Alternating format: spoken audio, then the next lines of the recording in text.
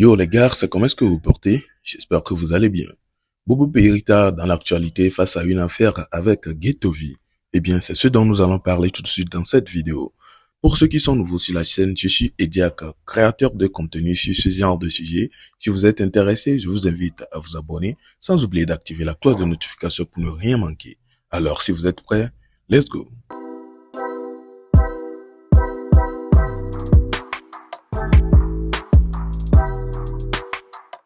Eh bien, il y a de cela quelques moments, nous pouvons entendre sur la toile des dires de Raoul Leblanc et de Zagabambo et quelques autres personnes comme quoi Bobo Perita ou bien plutôt Ghettovi serait ou bien a utilisé le nom de Bobo Perita pour pouvoir avoir le visa pour l'Amérique.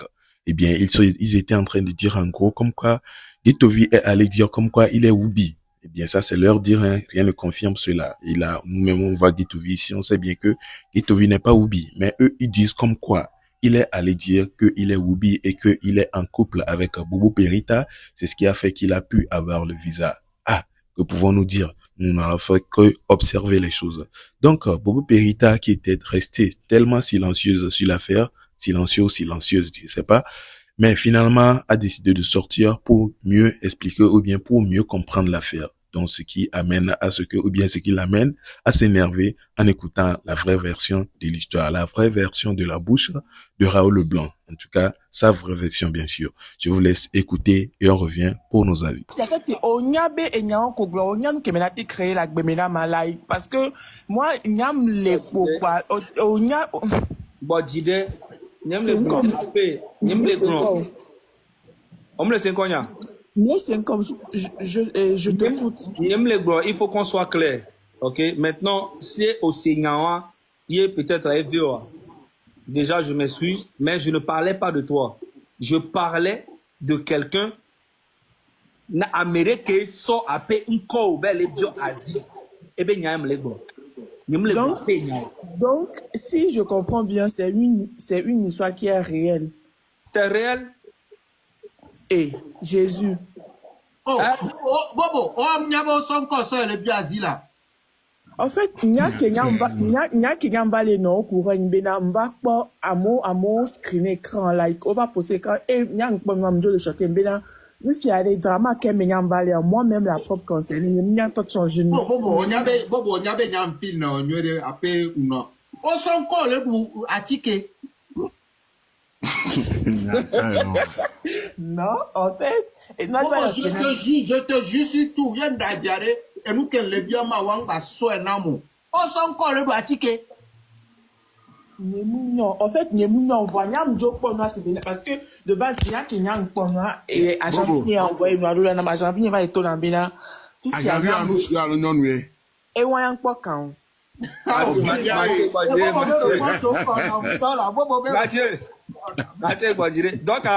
en fait, elle est non jaloux parce que Ghetto va sortir un corps vers le bio-asile américain. Et bon, il m'a belle jaloux, vous pouvez espérer me tromper, et il n'a pas chambé les gars.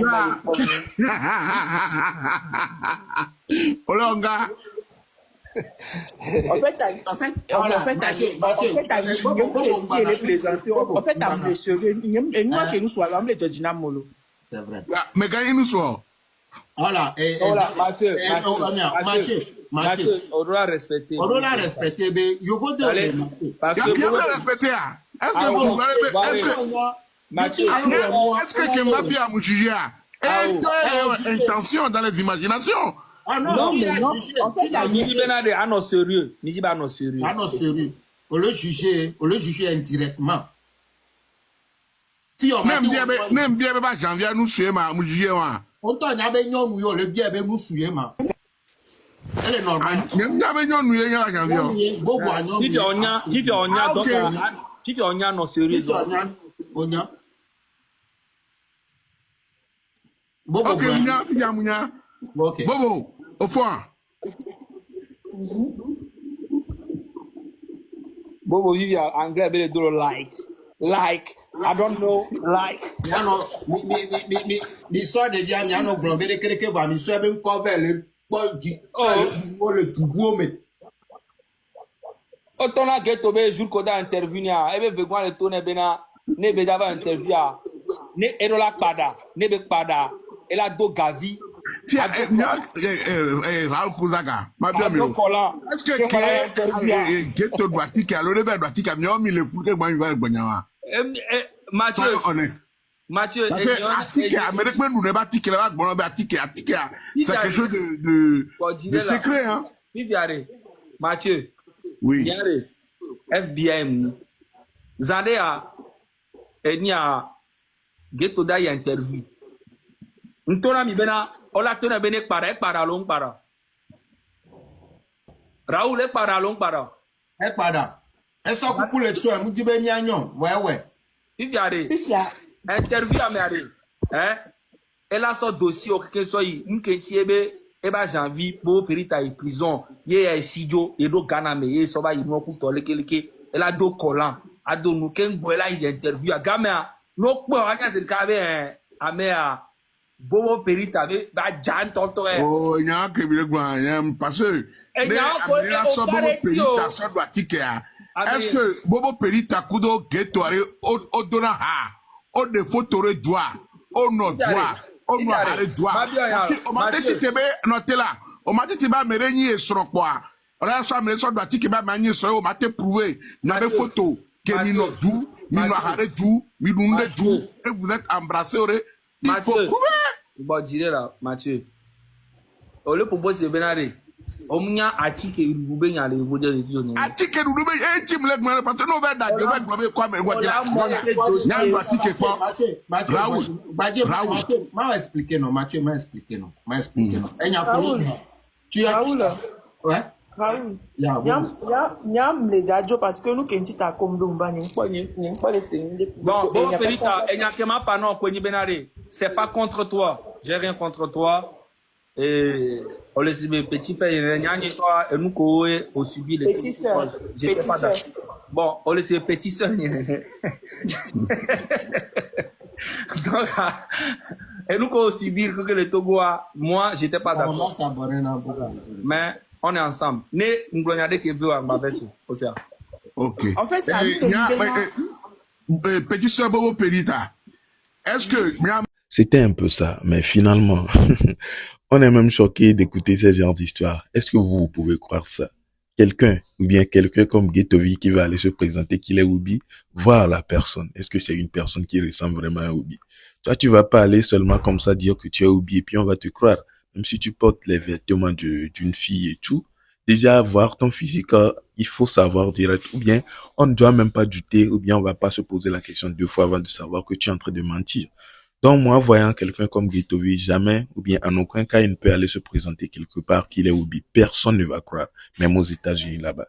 Du coup, je suis en train de douter un peu de la version de Raoul Leblanc et voilà. Et je suis pour la version de Mathieu Natsingbe, puisque là, on peut écouter comme quoi, déjà pour vérifier même, ou bien pour être d'accord que c'est vraiment un couple entre garçons, il faut voir des photos de ce couple et des moments où vous étiez dans les restaurants et tout, vous sortiez et tout. Parce que un couple, ça fait toujours de sorties. Mais s'il n'y a pas ce genre de trucs, parce que Ghettovi n'a jamais traité avec Boubou Perita, c'est que c'est une histoire, en tout cas, que moi je trouvais un peu banale. Je vous laisse avec la suite, mais sans Boubou Perita. N'hésitez pas à tout regarder. Ah, pour tout le long, on va où? Ah, on va le dire.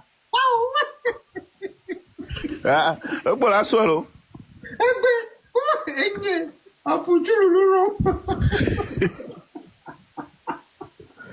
Vamos a moi quelqu'un ici.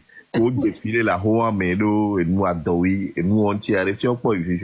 Ah ouais quoi. Bogaga to ko dira ko.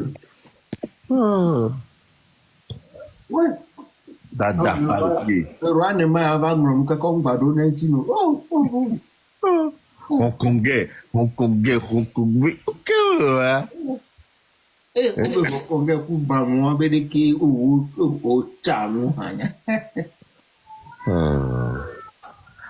En tout cas, il y a un tomic boy, il va chaque fois me dire ou nous des autres. Il y a un fille qui me lève pour me baler.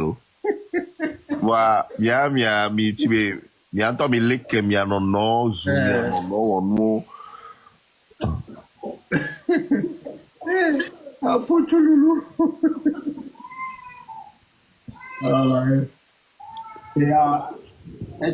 Mais faut arrêter pour venir.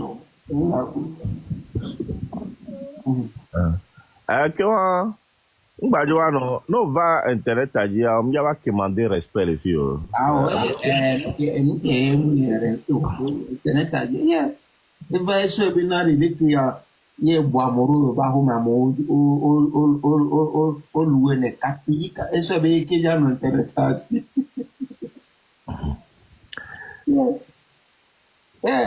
Ça oui, on a un chama Mais chama.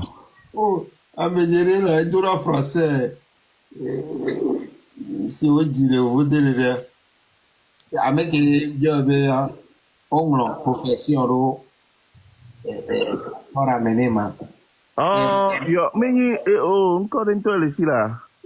Chama, yo aime toi ben quoi? Est que son gars ok. Les Toulouse alors. Est que son corps Joker, voilà. Joker. Joker. Oh, Joker veut nous faire dominer le cas qu'on va début dossier tout l'eau. Olha, Joker, oh, Joker doit dominer Joker. Joker veut déjà ouais, Joro. Le Victor qui a choqué à la tour. Ah, on coupe ces photos quoi que j'ai vu à foutre. À minute frite. Ma fille, mon Dieu, si t'es là, on a mis la tête pour. Pour l'international, c'est ce que j'ai dit. Qu'est-ce que tu appelles? Mais écoute, quand je vais, écoute-moi bien, Joker, quand je vais dans les organisations de la FIFA. Mais tu n'es pas une légende du football international, c'est ce que j'ai dit. Qu'est-ce que tu appelles? Mais écoute, quand je vais, écoute-moi bien, Joker, quand je vais dans les organisations de la FIFA, quand on met mon nom, on met Chéri Emmanuel Adebayor. En bas, il met la légende. Donc toi, tu es au-dessus de la FIFA? Non, moi je parle. Bon, les gars, immense respect pour Adebayor et sa carrière. Il a tout fait pour le Togo en termes de football. Il a qualifié le Togo pour la Coupe du Monde pour la première fois de son histoire en 2006. Il a remporté un ballon d'or africain. Donc, c'est une légende du football togolais et du football africain. Mais quand on parle international, il n'a pas marqué l'histoire là-bas. Il n'a jamais fini la saison en tant que meilleur buteur dans les championnats où il a joué, la Première Ligue, la Liga. Il n'a pas remporté de trophée majeur avec ses clubs. Bon, il a remporté une... Après, on va bien voir le débat. Est-ce que les gens deviennent à l'international? Oui. Botoviou Adema. Et après, mais beauté.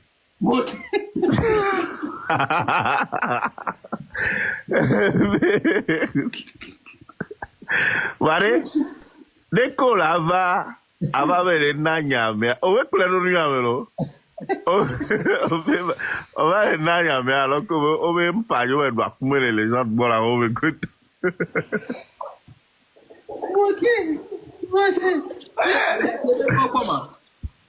oh e va ina de kare lo ngale mi amoro de kare kun ko le va ina live avec beau on y a pour moi c'est to kukure de fiare que de kuku awara otro nyebera me kuku o bere to tituro ba me bubere ba me bube compter va mais ça yo me kukure me compte mais on est wala to me compte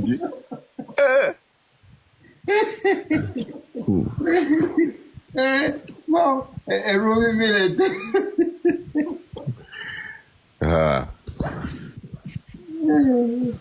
si elle va que pas volo ou n'est pas volo et ça y a que pousser Eni arema Basile aro Basile e gbe baba pile vient va na gbe shavele le bien be Rolex are ke ma e nyanya we so ma bo ba je bo da jere si we so Rolex le polo Encore, on veut faire Rolex. Ah, on veut number 4 Rolex boy. On montre Rolex boy famille. Ake me number 4 wa globe ye tuna e pona wa Basile be son ku viodi le lo me ko to so na gano ko to a. Oya Basile so bidin to lo vocal lo ka Basile to vocal lo me. Wa ye pe mpo po so agbe gbon to lo me yo. Pe e game ya no ri o ma. E to pona be viodi lo. Ah. Attends, maman. Sur les téléphones, que tu vas pour. Ah, chérie, tu vas black boy, Joe. Il va d'agba, ya mon lecha. Ma lecha, problème que. Eh, amolé, oh. On t'en y avait netto, ya. Hong Kongais, oh, y'a un garçon pour venir avec moi. Voilà, et tu as un peu le popo là, on est qui vient. Oh,